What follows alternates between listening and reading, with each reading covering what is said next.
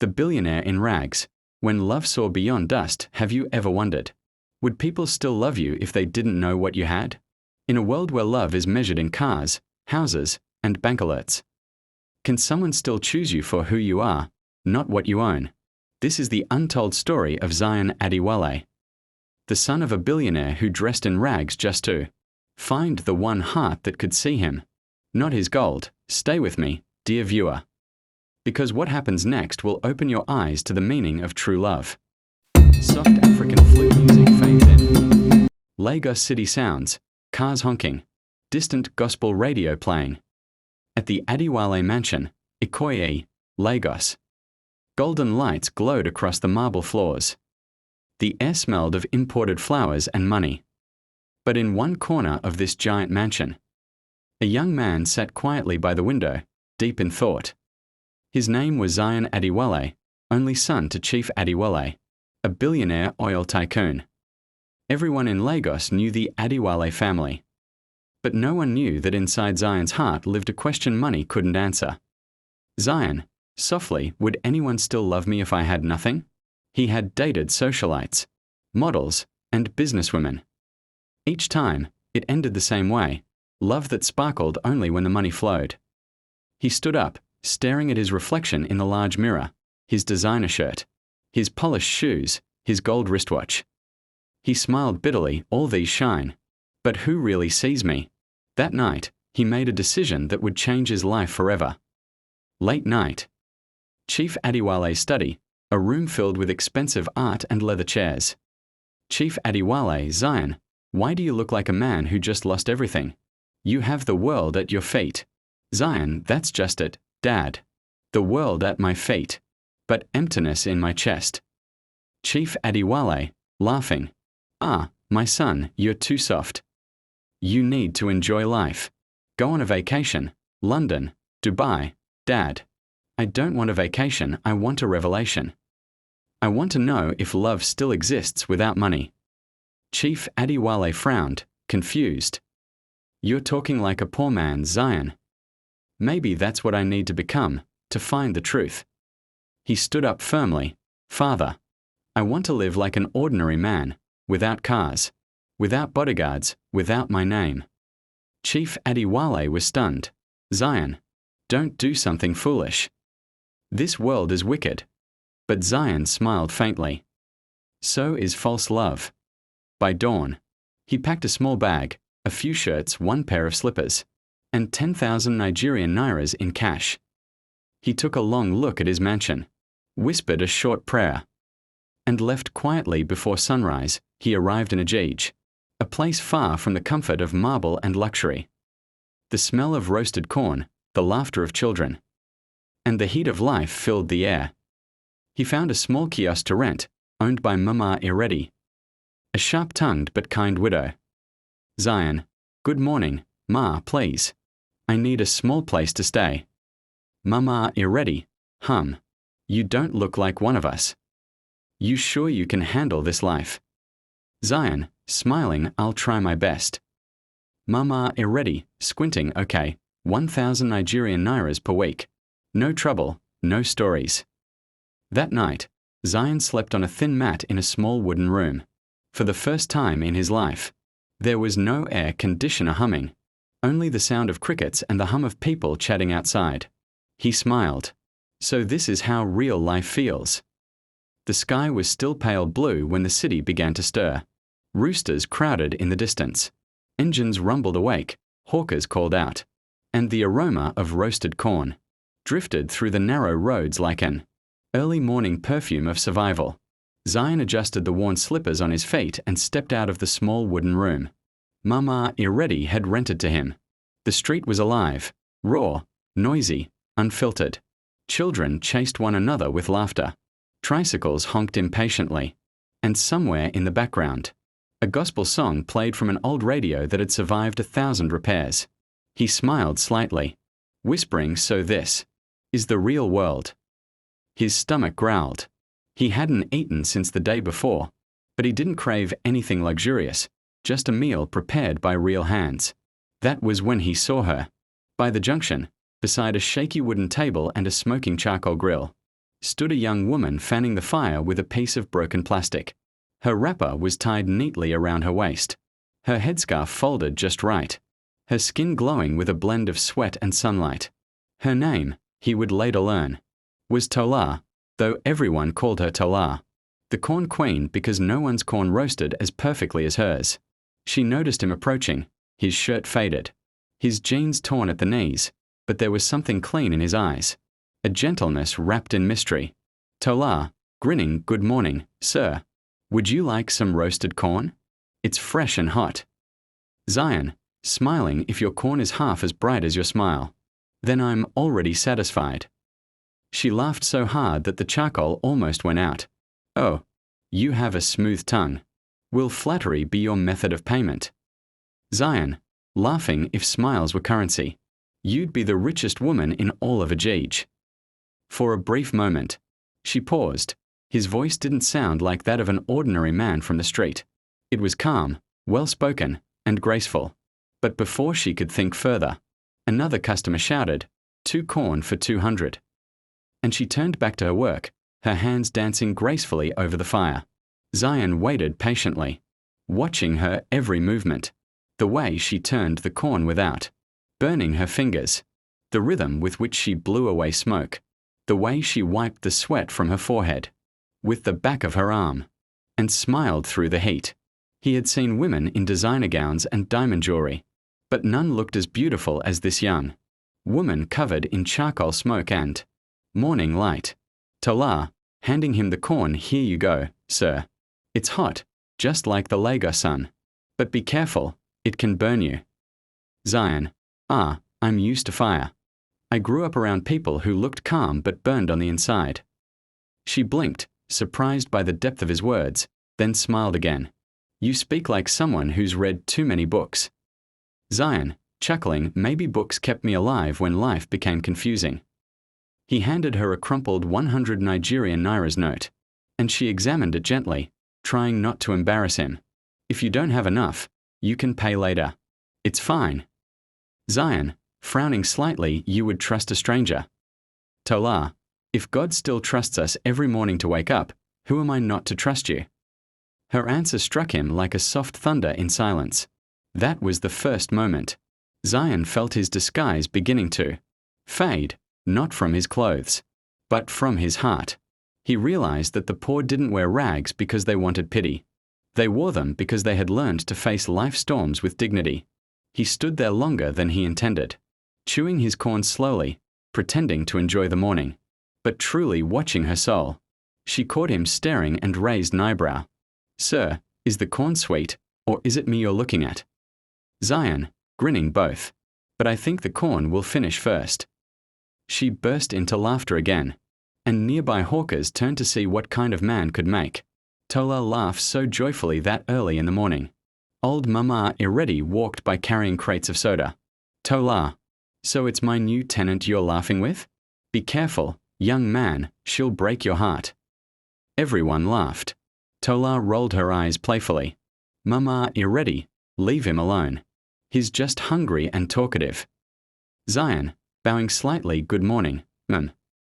Mama Iredi, You even have manners? You're not like the others." As the older woman left, Tola whispered with a smirk, "See, now you've made it into the street gossip. Welcome to Ajij celebrity life." They both laughed again. The morning sun climbed higher, reflecting off the zinc roofs. Zion stood up, brushing dust off his jeans. Zion, "Same time tomorrow." Tola, "Only if you remember to bring that smile as payment." Zion, smiling, "Then expect plenty of change, many smiles tomorrow." He walked away slowly, glancing back once. She was still fanning the fire, humming softly, one of those old Yoruba gospel songs that thanked God even in hardship. In that smoky corner of Ajij, a billionaire's son met the woman who would teach him what all his riches had failed to buy: warmth without motive, laughter without luxury, and kindness without cost. A smiling heart is richer than a full pocket. African proverb. 1 Corinthians 13 verse 2. If I have faith that can move mountains but do not have love, I am nothing. Days melted into weeks, and Zion's life in Ajij began to take shape like a painting of humility. Gone were the marble floors and golden chandeliers of his father's mansion. Now, his world was the dusty streets, the sound of street vendors shouting, the scent of roasted food, and the laughter of neighbors who didn't care who he was, only how kind he was. Zion had come to learn that wealth isn't measured by how much you have, but by how much peace your soul can hold. Every morning, he would rise early, fetch water from the public tap for Mama Iredi, help repair her kiosk, and then stop by Tola's stand. It had become a silent routine neither of them planned, yet both looked forward to. Tola noticed at first the way her mornings felt brighter whenever Zion appeared. He didn't just buy corn. He stayed to talk, to listen, to laugh. One evening, the sun stretched its golden arms across the sky. Tola sat beside her roasting stand, the fire crackling gently. Zion arrived carrying 2 bottles of water.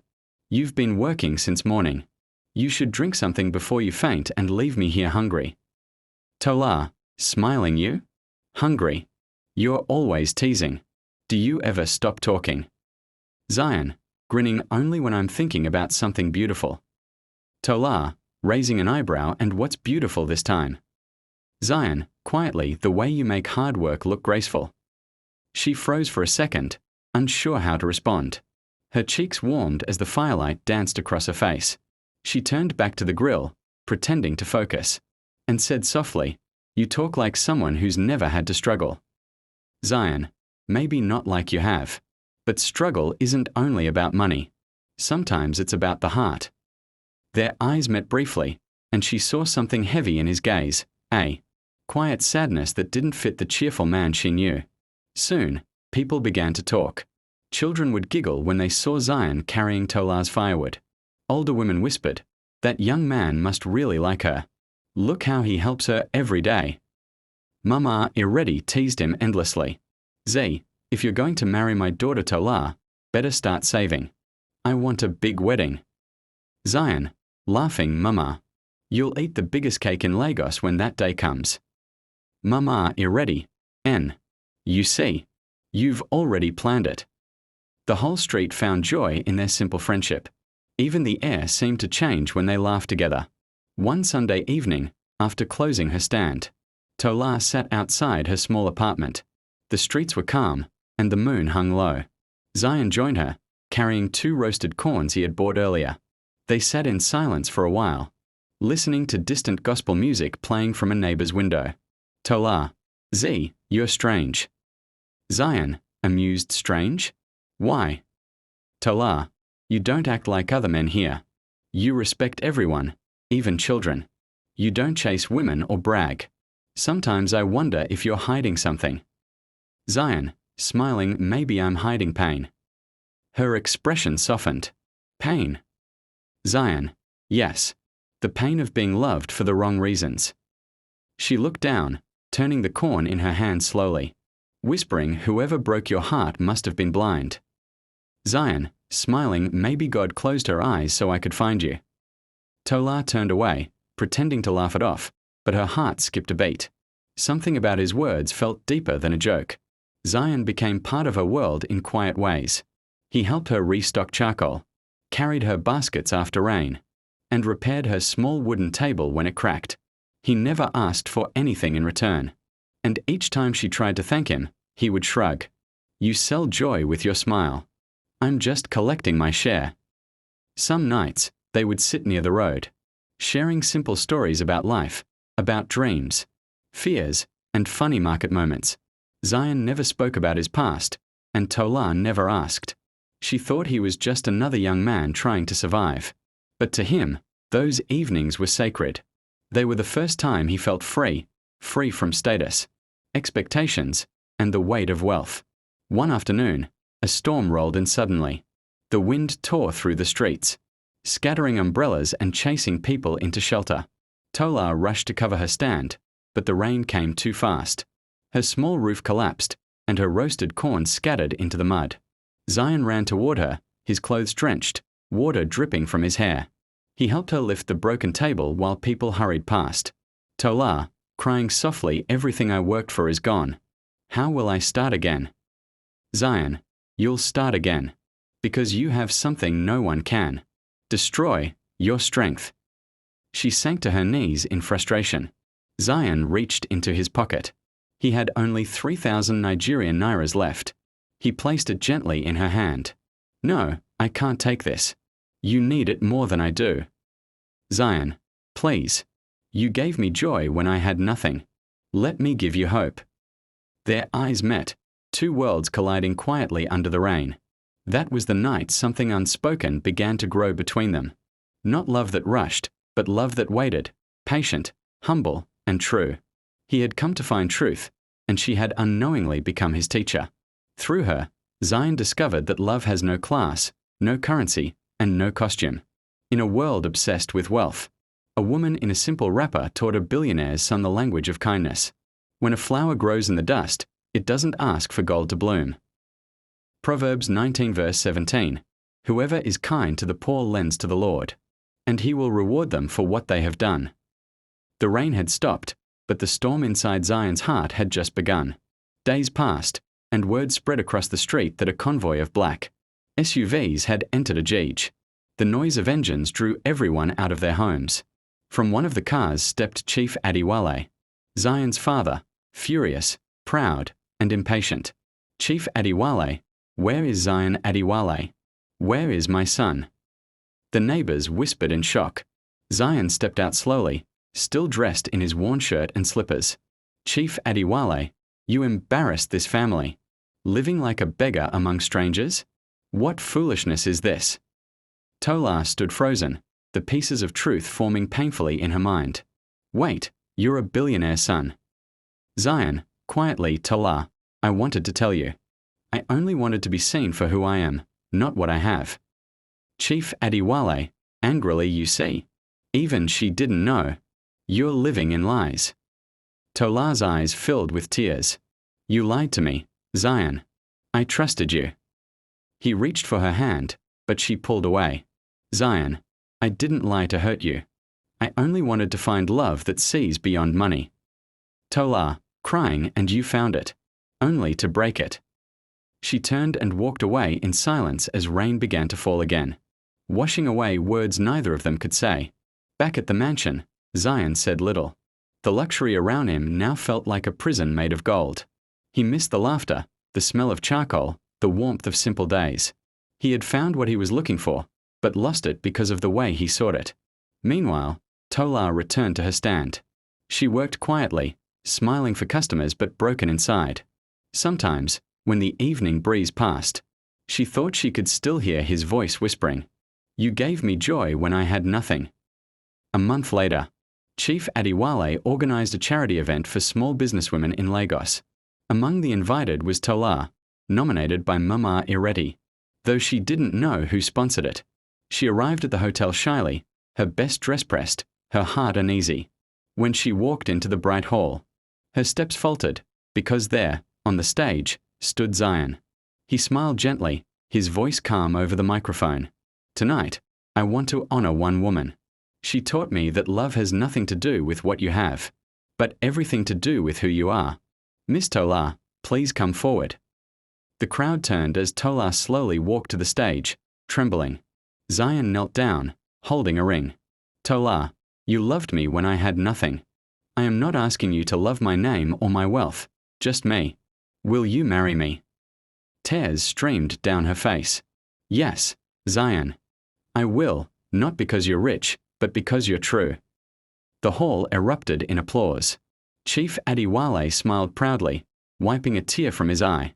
That night, a billionaire's son and a humble corn seller rewrote the meaning of love, proving that sincerity is the most precious form of wealth. Love tested by disguise will either break or reveal the heart. Tola's kindness saw beyond the rags. Zion's humility found peace beyond riches. African proverb, when the heart is clean, no disguise can hide the truth. 1 Samuel 16 verse 7. For the Lord does not see as man sees. Man looks at the outward appearance, but the Lord looks at the heart.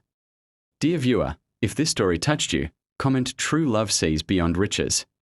Don't forget to like, share, and subscribe to African Tales, Untold Truth, where every story reveals the lessons hidden inside everyday life.